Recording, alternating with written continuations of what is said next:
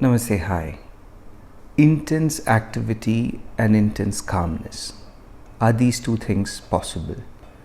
It definitely sounds like when you have intense passion, you cannot be calm. And when you have calmness, you don't feel like the urge to be passionate. And this is generally why people think that they have to have their nerves high strung all the time. And again, there is this notion, an error of course. This notion is that to be intensely active, we have to be passionate. How do we understand the word passion? Passion is a bearable, controllable emotion that we generate for a particular purpose, for our fulfillment of it. Now, when we generate a passion that is emotion oriented, that spurs up our internal energy, we definitely reach a state of restlessness.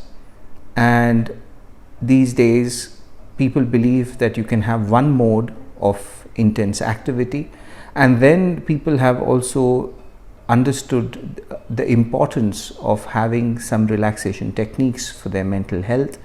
And then after you're intensely active, you take relaxation techniques, and these relaxation techniques would be to do maybe some meditation, or listen to some soothing music, or writing, or doing yoga, or even some relaxation techniques that involve some activity or anything like that. And what happens is that this kind of soothes the nervous system, but the mechanism of how it works is either you make it intensely hot and intensely cool. And it's not possible all the time. You might have some days you can do it and some days you cannot do it. And in all this, people take up even the idea of meditation, so that in meditation they can calm themselves down.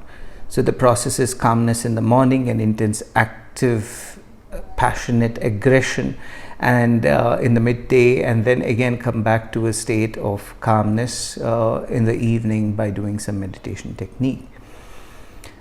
Now, one may think that this way of living is the best way of dealing with it, and you may think that this is how life should go on, but this, from the meditation perspective, is a very substandard way of having your energies aligned within you.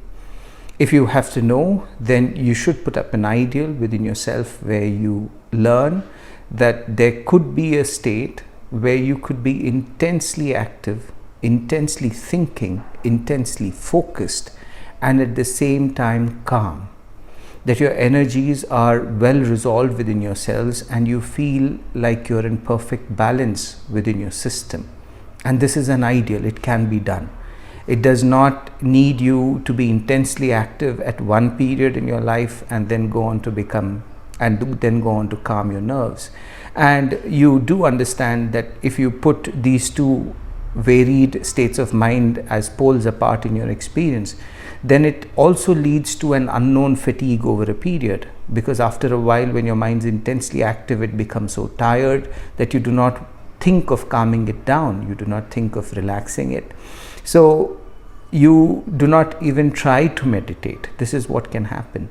And it is not true that while you're active and you're functioning, you cannot be in a meditative state. All of you have heard of the idea of mindfulness, and mindfulness is that technique where you're constantly keeping your brain and your breath in a very balanced manner while you perform activities. This has to be done over a period, but the idea is that what we should aspire for is a state where we are intensely active and at the same time intensely calm. Now, how do you actually bring this about? Is it really possible? Yes, it is. The first way to make it a possibility is to first meditate, because when we meditate, we get accustomed to a current of calm energy that is always within us. And then we have to make a conscious attempt to capture the state of awareness and balance that we gain in meditation in every activity of ours. And the anchor in this whole process is the breath. That is, you are not just watching over your activities, but you are also time to time watching over your breathing patterns.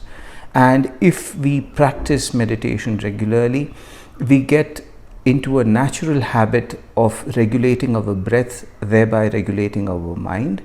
And when we can carry this into a process of activity also, we will be quite adept in bringing our breath to a controlled state where our mind remains balanced.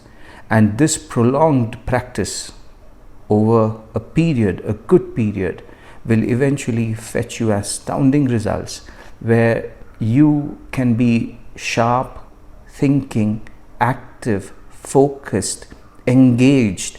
But there is one portion of your mind, there is that inward look of your mind that is always calm and composed. And whenever you feel like you're going out of control, or whenever you feel like you're losing your balance, you can detect it quickly. Remember, detecting is far more important than actually thinking of ways to bring it back, because once you detect it, and then you have the practice of meditation, that is the breath control and the balance of the mind that becomes a habit in you.